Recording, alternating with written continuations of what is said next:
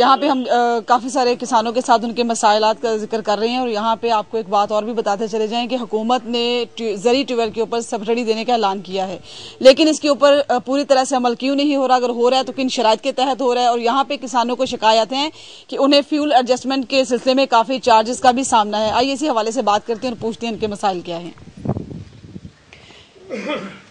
جس طرح آپ ہمیں بتائیے کہ زرعی ٹیوب ویل کے اوپر جو ابھی سبسڈی کا اعلان ہوا تھا، پھر اس کے بعد کچھ فیول ایڈجسٹمنٹ بھی ہوئی ہے، اس حوالے سے آپ کیا کہتے ہیں؟ جی کرنی، یہ ایک بڑا ٹیکنیکل کویشچن ہے، عام لوگوں کو اس کی سمجھ جو ہے نا وہ نہیں آئے گی۔ ایک طرف تو گورنمنٹ کہتی ہے کہ ہم سبسڈی دے رہے ہیں، سبسڈی کا کسی کو بھی فائدہ نہیں ہو رہا۔ عام کسان جو ہے اس کے لیے اس کا جو آپ کہہ سکتے ہیں کہ مزید بوجھ جو ہے بڑھایا جا رہا ہے۔ یہ سپٹمبر سے انہوں نے لاگو کیا ہے، جو گزر چکا ہے وقت۔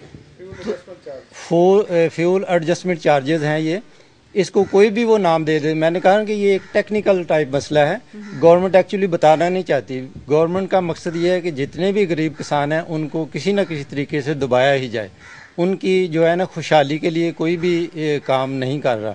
اگر ان کی خوشحالی کے لیے کام کیا جاتا، آپ انڈیا دیکھ لیں، ہمارے ساتھ اچھا بھلا ملک ہے، کسان جو ہے وہاں بڑی فیسلٹیز دی جا رہی ہیں، ان کو بجلی تک مفت مہیا کی جا رہی ہے، پھر فصلوں کے بیج جو ہے وہ مفت مہیا کیے جا رہے ہیں۔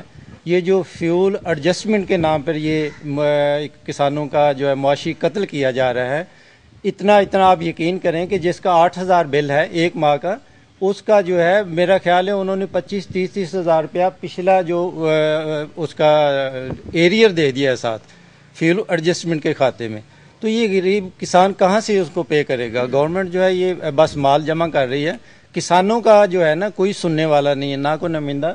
ابھی ایڈیو ایگریکلچر بھی بیٹھے ہیں، یہ گورنمنٹ کے ملازم ہیں، یہ کچھ بھی نہیں کر سکتے، یہ تو جب بھی کریں گے گورنمنٹ کی فیور میں ہی بولیں گے۔ یہاں پر یہ تو فیول ایڈجسٹمنٹ کی بات ہوئی۔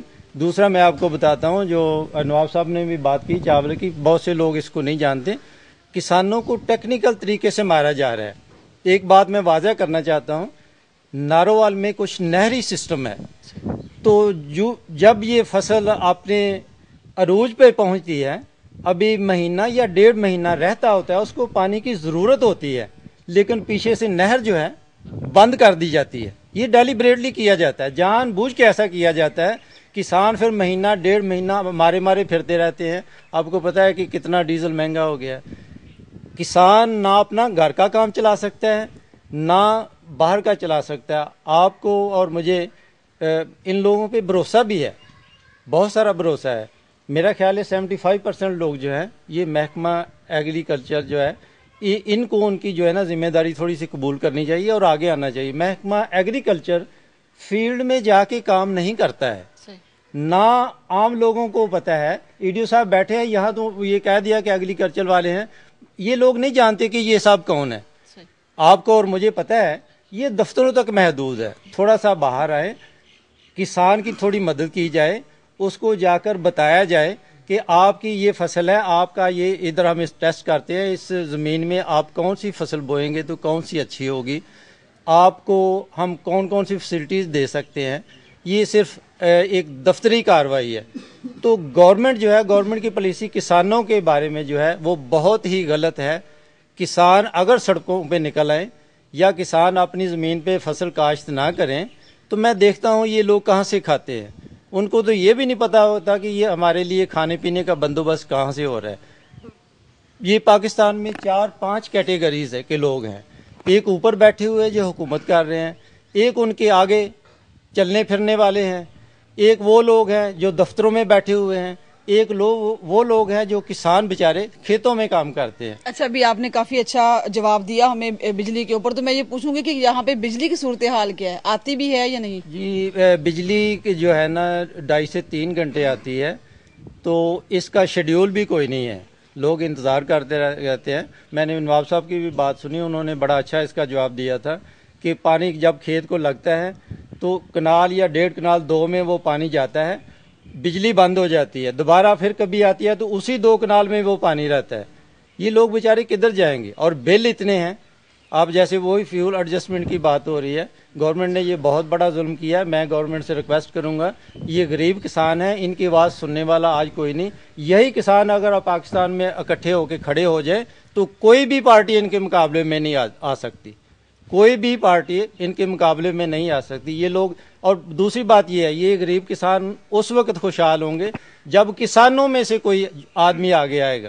اگر یہ ان کا کوئی بندہ نمائندگی کرنے والا نہیں ہے پارلیمنٹ میں، کوئی کسی دوسری سٹیج پہ، تو یہ کام درست نہیں ہو سکتے. جب ان میں سے کوئی نمائندہ آگے آئے گا، اس کو پتہ ہوگا کہ میری مشکلات کیا ہیں، یا میری قوم جو ہے، میرے کسان جو ہیں، ان کی مشکلات کیا ہیں. یہ آپ بھی ذکر کر رہے تھے نواب صاحب بھی، پچھلی دفعہ یہ جو فصل منجی کی ابھی کاٹ کر چلی گئی، اس سے پچھلی دفعہ 800 روپے یوریا کی بوری تھی. یہ جو فصل ہم نے دے دی ابھی مارکیٹ میں منجی کی، یہاں 1800، 1900 اور 2000 روپے میں یوریا کی ایک بوری ملتی رہی ہے. بہت شکریہ آپ کا. یہاں پہ ناظرین آپ نے دیکھا کہ ان کا غصہ یا ان کا اشتعال جو ہے وہ بلا وجہ نہیں ہے. انہیں اتنی شکایات ہیں حکومت سے، لیکن ابھی تک ان کے مسائل کی طرف کسی نے بھی کوئی حل کرنے کے لیے اقدامات نہیں اٹھائے. نہ ان کو پانی دستیاب ہے، نہ ان کو بجلی دستیاب ہے. اور یہ وہ آبادی ہے جو پاکستان کی 70% رقبے پر محیط ہے، اور یہ لوگ فصلیں اگائیں گے تو ہم کھائیں گے. تو یہ میرے خیال میں ان کے لیے فوری اقدامات کرنے چاہیے کچھ نہ کچھ. اور یہاں پہ ہم ایک تھوڑا سا ذکر کرتے چلیں گے آڑت کے حوالے سے کہ نارووال میں آڑت کی کیا صورتحال ہے. آئیے آپ سے بات بھی کرواتے ہیں. السلام علیکم سر. وعلیکم سر، السلام. آڑت کے حوالے سے آپ بتائیے کہ یہاں پہ کیا صورتحال ہے آڑت کی. آڑت کی یہ صورتحال ہے جی کہ جب زمیندار فصل لے کر آڑت پہ پہنچتا ہے تو زمیندار کو ایک بہت بڑی مشکلات ہیں راستے میں. جو کھیتوں سے لے کر منڈیوں تک سڑکوں کا مسئلہ ہے وہ بہت اہم ہے، کیونکہ سڑکیں ٹوٹ پھوٹ کا شکار ہیں. جو بنی ہوئی ہیں، جو جہاں نہیں وہاں تو ہے ہی نہیں، جہاں جو بنی ہوئی ہیں وہ بھی ٹوٹ پھوٹ کا شکار ہیں.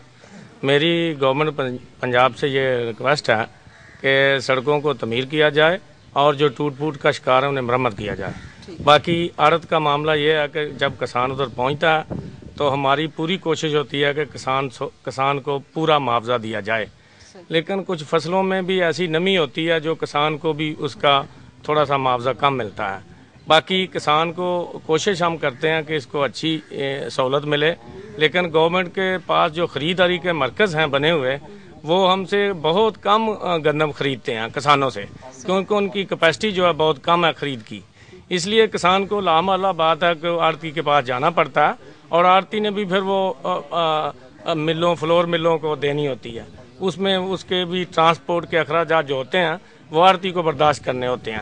تو یہاں سے میں آپ سے ایک سوال پوچھنا چاہوں گی کہ آڑت کی بات ہوئی ہے تو میں آپ سے یہ پوچھنا چاہوں گی کہ کسان کو جو امدادی قیمت گورنمنٹ مقرر کرتی ہے، وہ گندم کی خریداری مکمل کر لیتی ہے، اس کے پاس جو باقی ماندہ فصل بچتی ہے وہ لے کے اس کو آڑتی کے پاس جانا پڑتا ہے، تو وہاں پہ اس کا ریٹ کم کیوں ہوتا ہے؟ اس کے پیچھے کیا وجوہات ہیں؟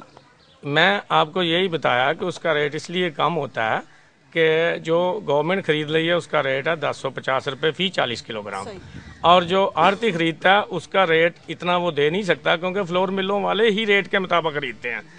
جو ان کے ٹرانسپورٹ کے جو اخراجات 50-100 روپے مان چڑھتے ہیں اس کے اوپر آتے ہیں، وہ آڑتی کم دیتا ہے زمیندار کو. اس لیے کہ زمیندار کو پوری گورنمنٹ ہی پوری جو معاوضہ دے سکتی ہے، آڑتی اتنا معاوضہ نہیں دے سکتا. تو مطلب آپ میں یہ سمجھوں کہ اس کے اوپر فلور مل مافیا جو ہے وہ قابض ہے اس چیز کے اوپر؟ فلور مل مافیا قابض ہے، کیونکہ فلور مل مافیا کو پورا ریٹ دینا چاہیے تاکہ وہ ہم زمیندار کو پورا معاوضہ دے سکیں. اچھا، ابھی آپ نے ذکر کیا ٹوٹی ہوئی سڑکوں کا، وہ تو خیر میں نے اس کا عملی مظاہر آتے ہوئے دیکھ بھی لیا.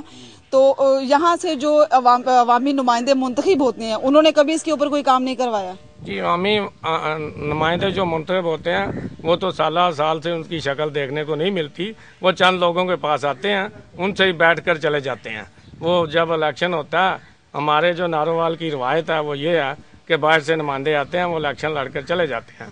اور ادھر کا مقامی نمائندہ میرے حساب سے کوئی نہیں ہے سوائے ایک وسیم بٹ کے، اور وہ بھی آسن اقبال صاحب ہیں، ہفتے میں آتے ہیں، اپنے دفتر میں چکر لگا کر چلے جاتے ہیں. ہماری کوئی سننے والا نہیں ہے. آپ نے جی ناظرین آپ نے باتیں سنی ہے کہ آڑت منڈی میں کیا ہوتا ہے.